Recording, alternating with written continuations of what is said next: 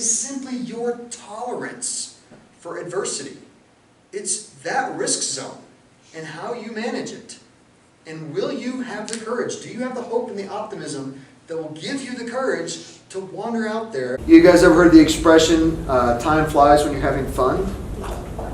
A more accurate expression is time flies when you're having flow, and flow is fun. If you tell me that you believe you can do this, that there must be a way that it can be done, and I'm willing to struggle, I'm willing to accept failure, I am willing to be really uncomfortable for a really long time. If you're prepared to do all those things and you still believe you can do it, in that case, I can say, I believe you can do it too. What can we do to get you there? And let's be specific about what it is that we want to accomplish. There's a summit somewhere up in the clouds up there, but that doesn't mean that has to be your goal. I'm talking about personal power. I want to empower my students to make the summit. I want to empower them to make their goals. But I also want to empower them to be self-aware enough to tell me what's going on inside. And then you'll be confident. You won't have to think about this skill anymore. You'll be able to predict that you can do this. But then if you don't do anything else, what happens? You're going to get bored. Problem. What do you need to do? Get on board. You need to increase your challenges. You need to experience flow on a more regular basis. You need to test yourself and learn that you can do things, that you can learn, that you can adapt. And knowing one's power and knowing one's competency, what you can do, will affect the choices you make. Perhaps we can start to see failure as just an important part of the process.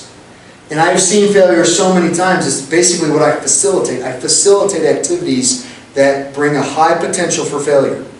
Right? Not everybody's going to make it to the summit of Kilimanjaro. And when people admit that they want something, and they can start to see that it might not happen, they go through the exact same stages and signs of someone who is going through grieving.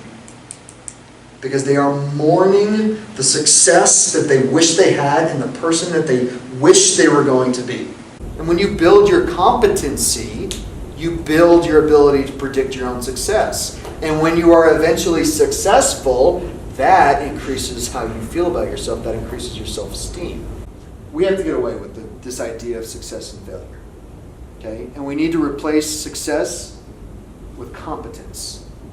The only way to build competency is to start by going through the process.